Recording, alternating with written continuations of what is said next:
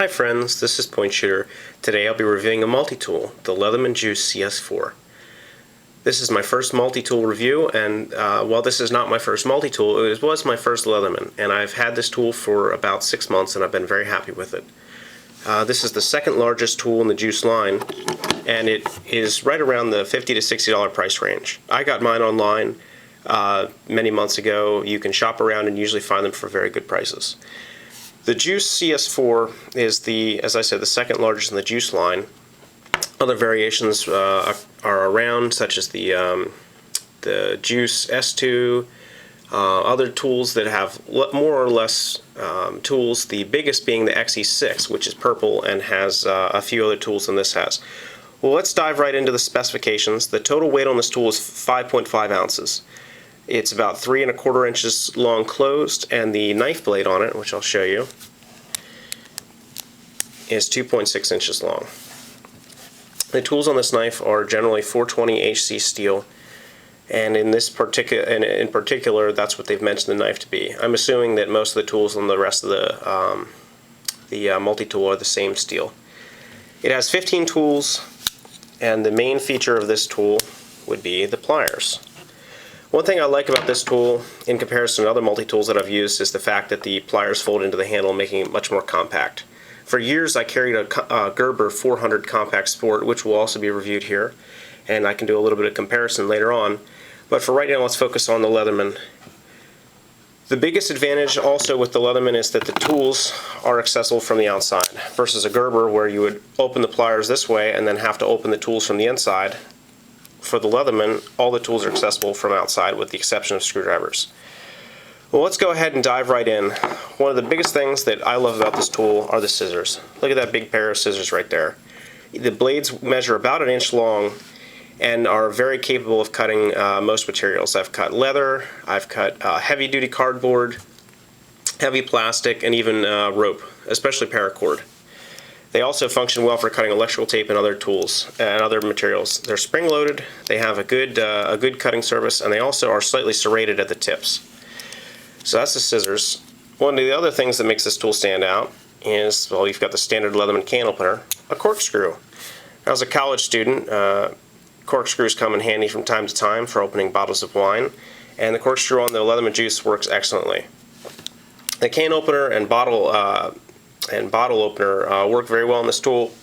I'm not a huge fan of the Leatherman can opener. I kind of prefer the Swiss Army knife, the standard Victorinox can opener, but this does the job and I use it quite often.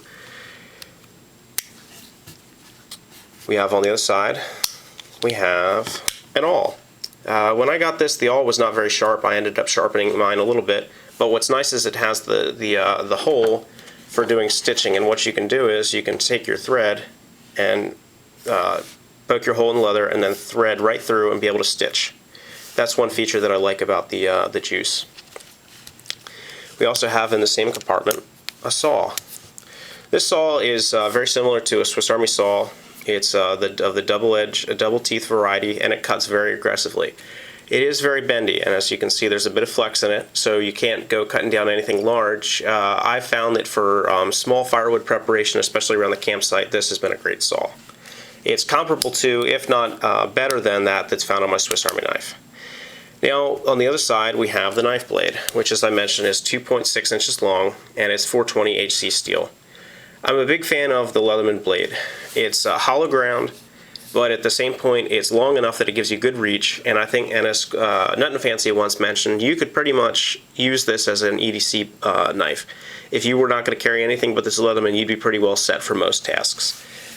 This blade is, as I mentioned, hollow ground, but it takes a good edge. The only problem is if you aren't careful, you can roll the edge on this blade.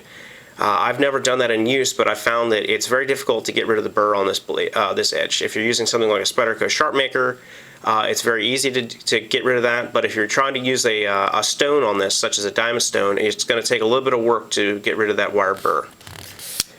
Well, let's talk about the inside of the tool. As I showed you earlier, you have a nice big pair of pliers here. Mine have been used quite frequently, and one thing that you'll notice is that when you first get the tool, the pliers are a little rough, and by using a combination of Hops No. 9 gun cleaner, or Hoppies as it's sometimes said, and CLP oil, which is my preferred gun lubricant, you can get these pliers nice and smooth. Let's talk about the head. They come to a nice needle point, and for small detail work they work great.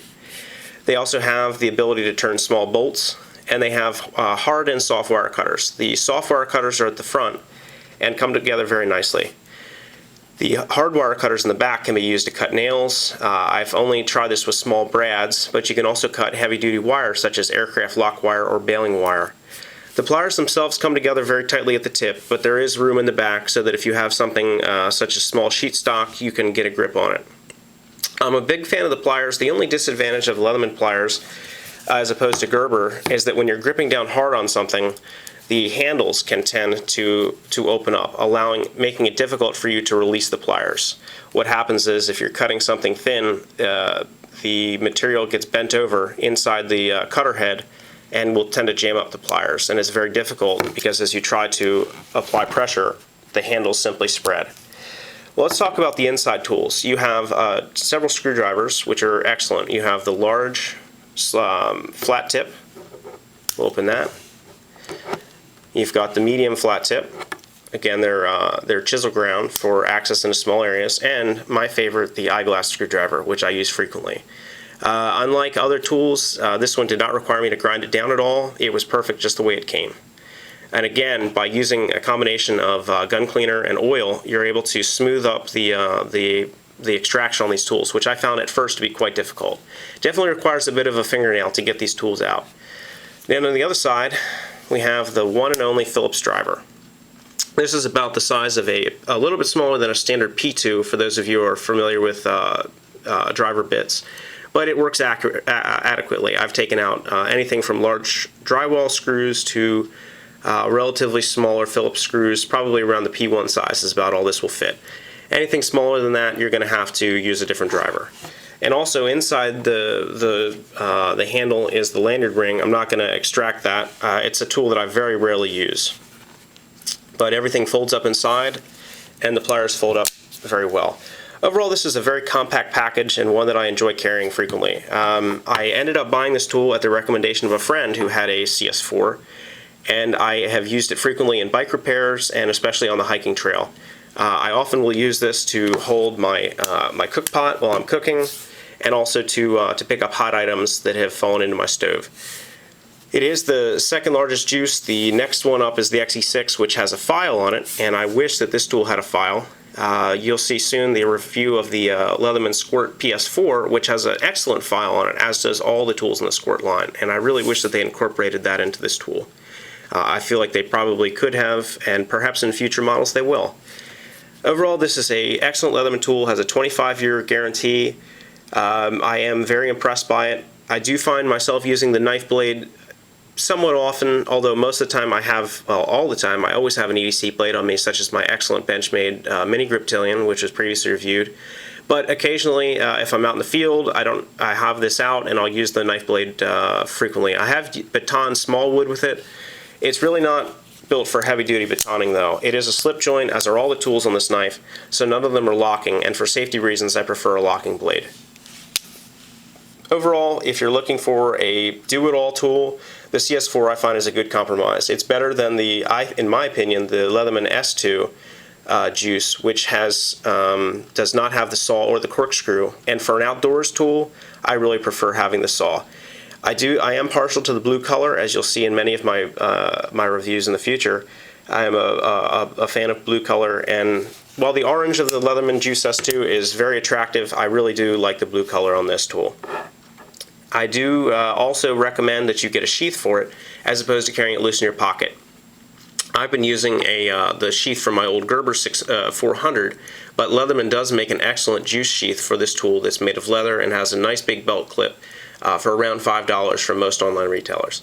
So overall, the Leatherman Juice CS4 is highly recommended by me and has made an excellent addition to my EDC carry. Thanks, and keep watching for more great reviews. This is Point Shooter signing out.